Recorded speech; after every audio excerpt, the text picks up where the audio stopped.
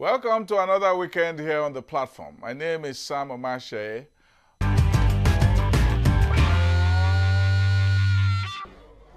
Welcome to Big Talk on the platform.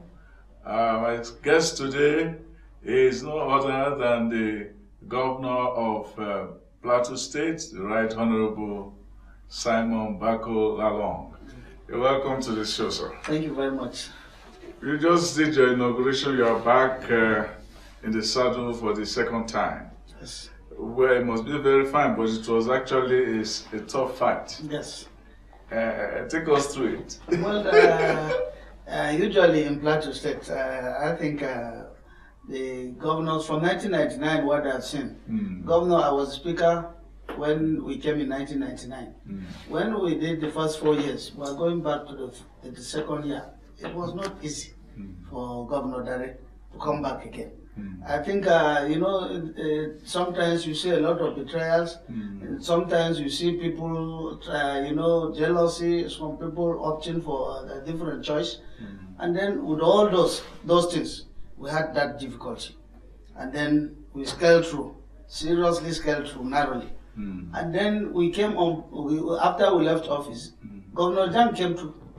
He had that 4 years, exciting 4 years. But when he came back for the second year, it was not easy. In his own case, I would even say it was worse because his deputy was now contesting against him. Yes. The deputy was contesting against him. And so with that, he also escaped. But I knew from onset, with this history, that it wasn't going to be easy. So what I did was to do my best.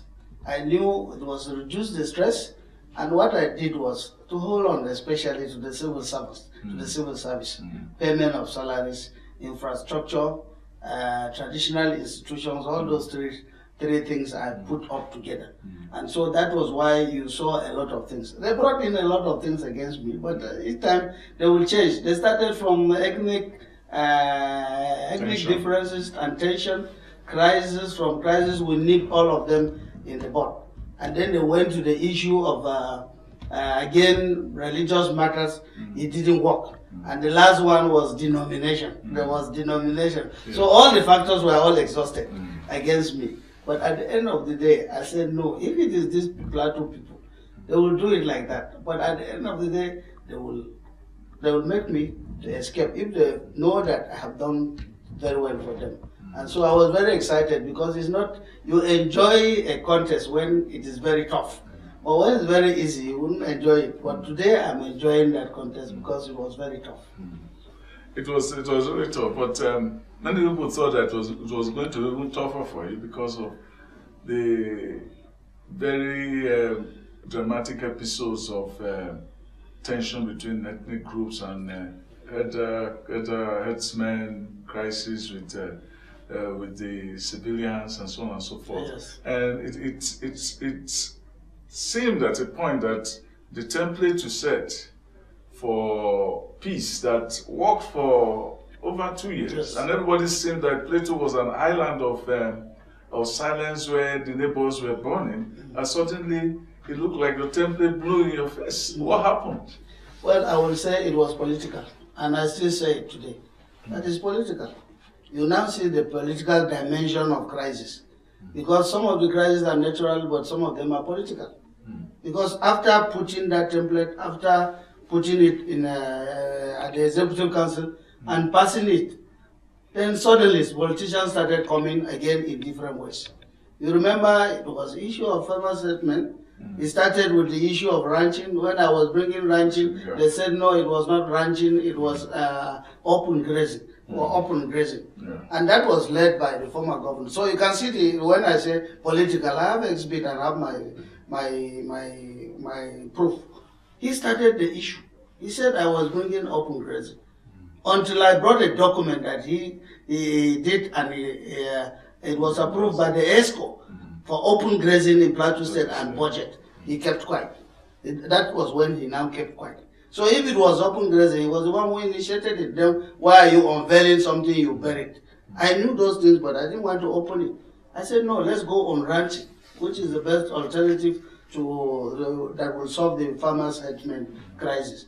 So when we were solving that farmers' headsmen crisis, we saw some dimensions again. Cattle rustling started reappearing again. We had finished with cattle rustling long time ago in Plateau State. Because of that agreement, all those things were all encompassing. So people were not wrestling cows again, and there were no destruction of farmlands again in the night. So farmers were farming, people were grazing freely, and then all of a sudden we started seeing cattle rustling again. And cattle rustling, when you rustle cows, the repercussion is that there will be burning of houses and then subsequently killing. So that took us, of course, by surprise, because we thought that everything was in order. But then I must also say that the way we nip it in the bud will also show that yes, we are very, very concerned about crisis. We didn't want crisis. So immediately it didn't take us 1 month. We nip that thing in the bud. So in Plateau State, each time these things occur, because of the template we have on ground, and because we are the only ones that have the agency for conflict management passed by law. The agency for conflict management is always up and doing. Before we even get any crisis, they would have done a lot.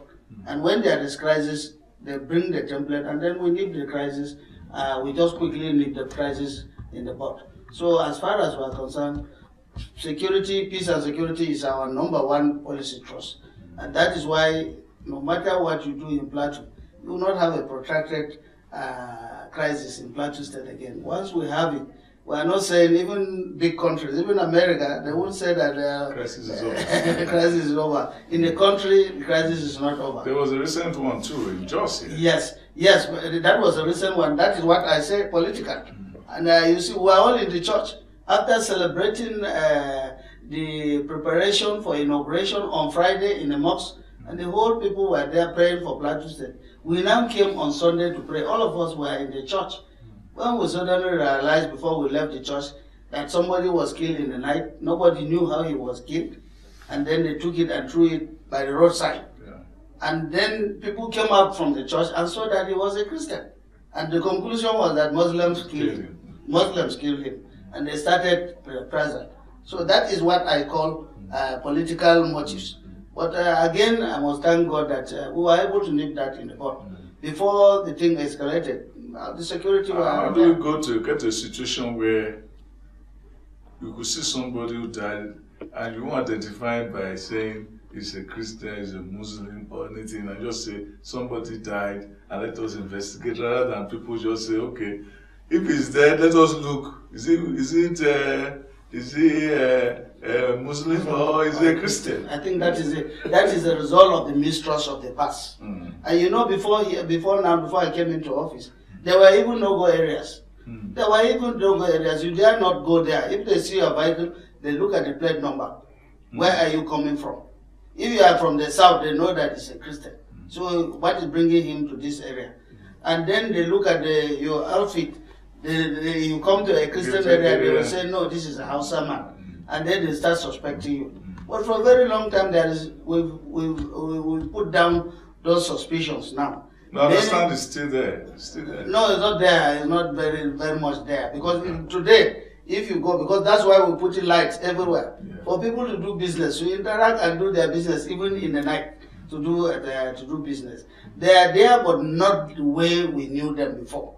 You see, now go to Angwarogo, you see Igbo men trading there. You go to areas like Jenta, you will see Hausa man selling his things there. So it is gradual. You can't overcome all of them at once. But these are parts of the aspect, and let's call it political aspect. Somebody will go, even call activities. We've investigated so many cases, and we realized that they were all cult activities from the university. But what they do is that when they engage themselves in the night, tomorrow they see dead bodies, they quickly run and say, no, it was Christian Muslims. Yeah. And then people are sleeping in the night, you wake up in the morning, it's concluded that it's Christian. If it's a Christian that is killed, it's Muslim that kill him. Then the nearest church, they start burning the church. But however, like I said, we have all those things packaged in our peace and conflict management for sensitization and for proper education. And people are beginning to get educated to the level that when you start doing that, they say, no, let us first investigate. And so in the process of this investigation, you of course know that we have a lot of hoodlums, people who are jobless, people who are into drugs, people who are taking a lot of things, and then when they take this kind of opportunity, those are the ready-made materials that will always go and start burning without reasoning. And so when we saw them, some of them I asked, I said, you said it was a Muslim who killed him. Do you know the Muslims that killed him? They said, no, our suspicion is that that area is populated by Muslims. So because he was killed there, we assume that it was a Muslim that killed him. Now, the template, have you had to renew it? Have you had to update it? It's a 5-year plan template. It's a 5. I think a lot of when the president launched it, it was the president who launched it for us here. Yes. And the thing when the president read it briefly, he said, "I recommend this to every state." I made that position to the governors, to the northern governors. I said, "But we have a template in Plateau that the president recommended to all of you. Only 6 states have been to this state to study. 6 states sent their delegation." Adamawa, Gombe, Bauchi, Kaduna, I think Taraba also, about 6 states came. They took almost 2 weeks here studying the template, so that they can also go and pass the law. Kaduna went, I think, unfortunately, I would say, it didn't pass that as law, but it did it as an agency. After a while, I think it collapsed. But then what we said is that we're doing it, passing it by law, so that they can outlive us, outlive our tenure. It will not be a political arrangement. Now, this group will be there to be doing the work even when we leave office. And when people see them, they are not really politicians. They are people who want peace. As they are doing it, they are helping the government. And it's an institution passed by law. Nobody will come and then quickly say, "I know I'm dissolving this by law." If you want to dissolve it, you will go back to the House of Assembly, just like we did. So within that, a lot of things are there, but we've just taken it for about the 2nd year now. I think by the time we get to the 4-year development plan, we want to make it like a permanent peace in Plateau State. Is it more about the template or about the people who own it? Well, the template, the concern of the template is about the people. I mean, the people who handle it, that the template may be great, but the quality of people in charge or involved, associated with this template, is that not more important than the template? Yeah, of course, it's more important. The man that is handling our peace building is a lecturer from the university. He was in charge of peace building. They have a department at the University of Jos. They have a department. And I picked him from the university. When I picked him from the university, members of the board also were people who were involved in peace, some kind of peace and reconciliation in the state. And in that kind of arrangement, we engage all agencies that are responsible for ensuring peace in Plateau State. NGOs, all the NGOs, they work along with all the NGOs to ensure that they have peace in Plateau State. Where there are flashpoints, they go to that place. They sit down with the people, they know the cause, they know some of the reasons why the people are in conflict, and they come back to tell us. Government will take care of it. Government will quickly intervene to take care of it. But above all, I think we also are talking about funding. And we realize that we cannot fund all at the same time. And that's why we're also appealing to organizations. We've appealed to even international organizations. The US have come to offer us some help. France, Germany, and even China, they are also coming because these are prospective investors. And so they saw a big, they saw an interest in it because they wanted to see peace in Plateau. So they are all involved, but the fundings are not coming. But they are prepared and they are going to fund them. They also help fund them. So sometimes the funding, we are doing our best to fund that organization because we have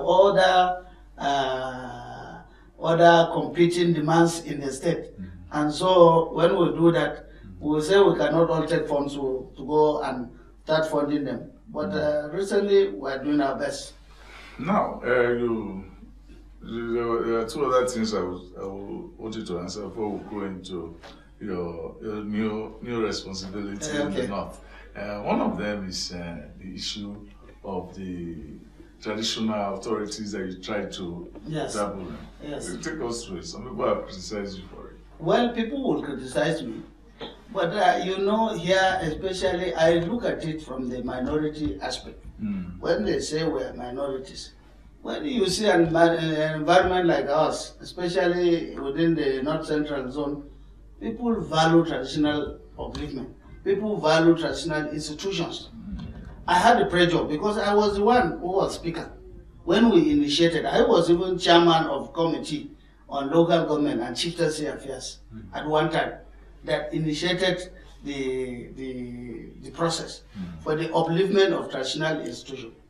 I was a young boy when Chief Solomon Lar was governor of the state. Chief Lar valued traditional institutions. Today he died and he is remembered for traditional emancipation.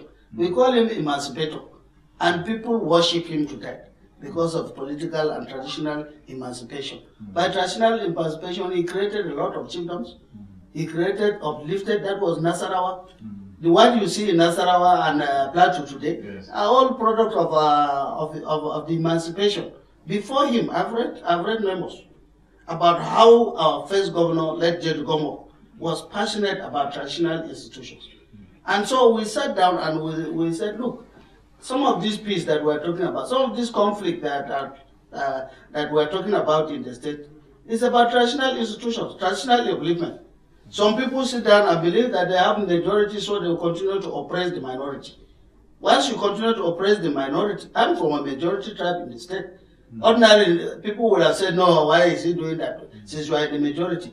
But if you continue to oppress the minorities, one day they will come in a different way. And I said, you must uplift them. Give them little things.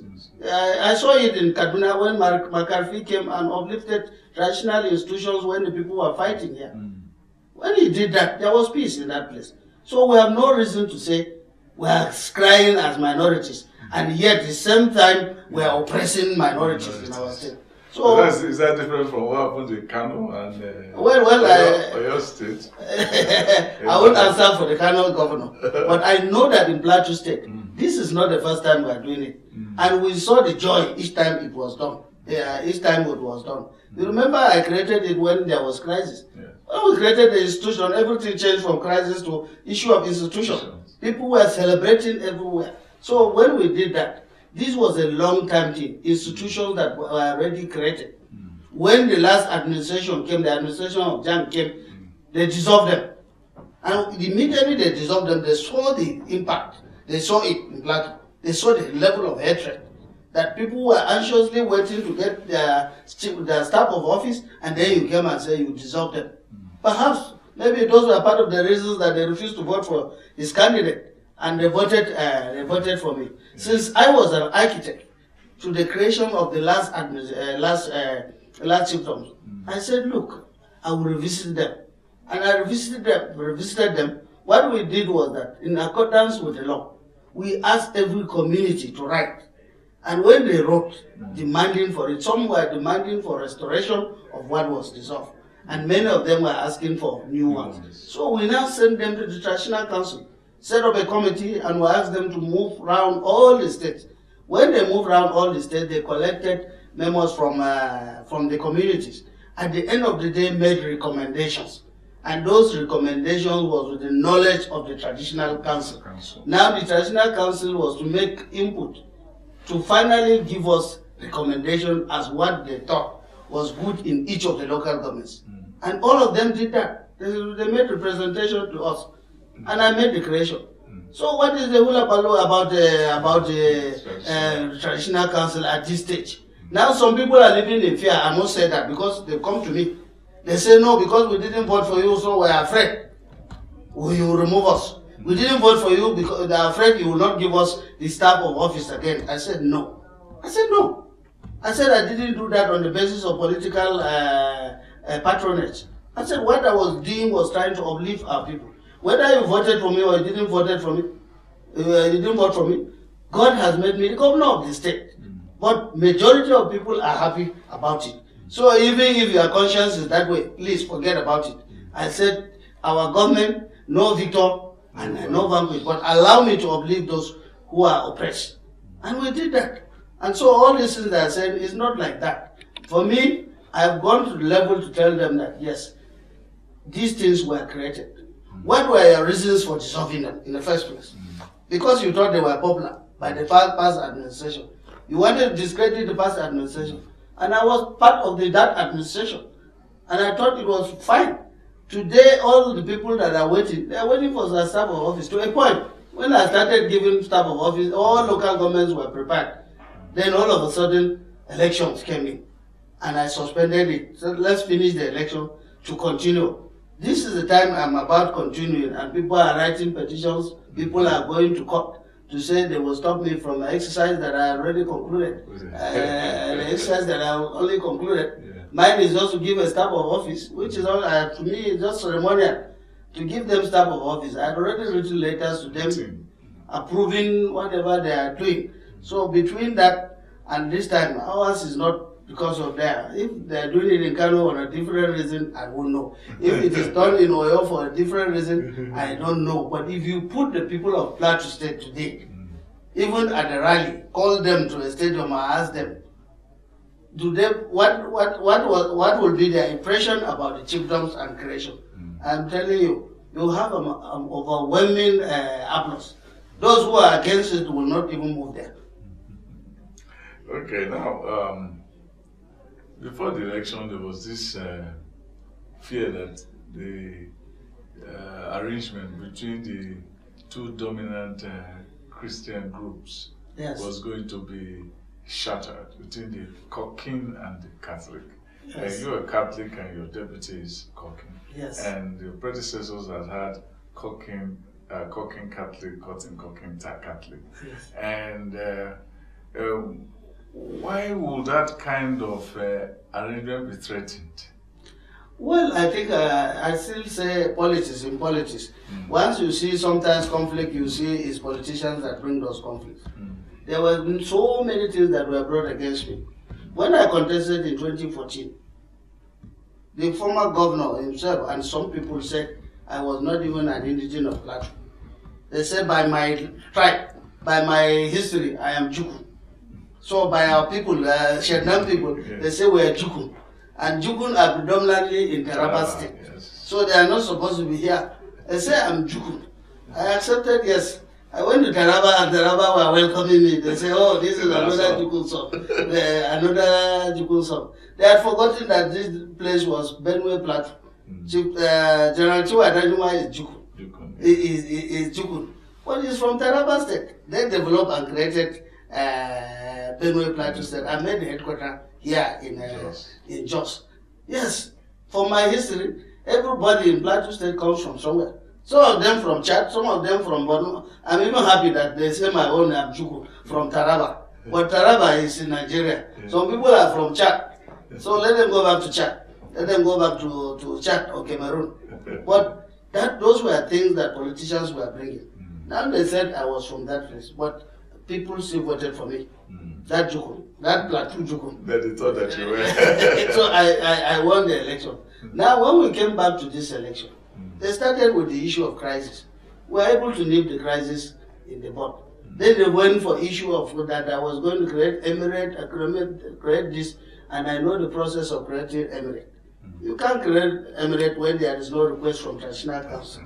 And the issue of dispute about Jos North was already settled. It has been long settled by Supreme Court who owns Jos.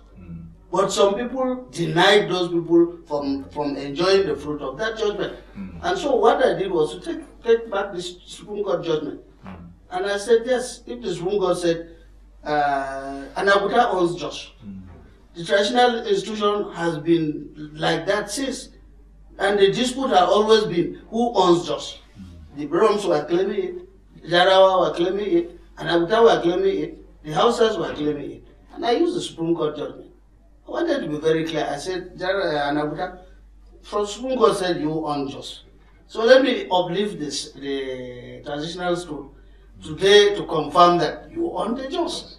It doesn't mean that there are no tribes. People, yeah, but the highest is you. So I gave them I gave them that first class. Yeah. So when they saw that I had done that one, they now moved into the issue of denomination. That this one is a Catholic, that the other ones are Kokan. My wife is a Kokan. I married my wife from Kokan. Yeah. There was nothing wrong with my wife being a Kokan. And we have a tradition here from Dare to Jang, the Governor Jang, and myself, that each time you are doing this, if a governor is Catholic, the deputy governor will be Kokan. And if a governor was Kokan, the deputy governor would be a Catholic. Yeah. So in my own case, I quickly went and I picked Professor Chodek, who is Kokan.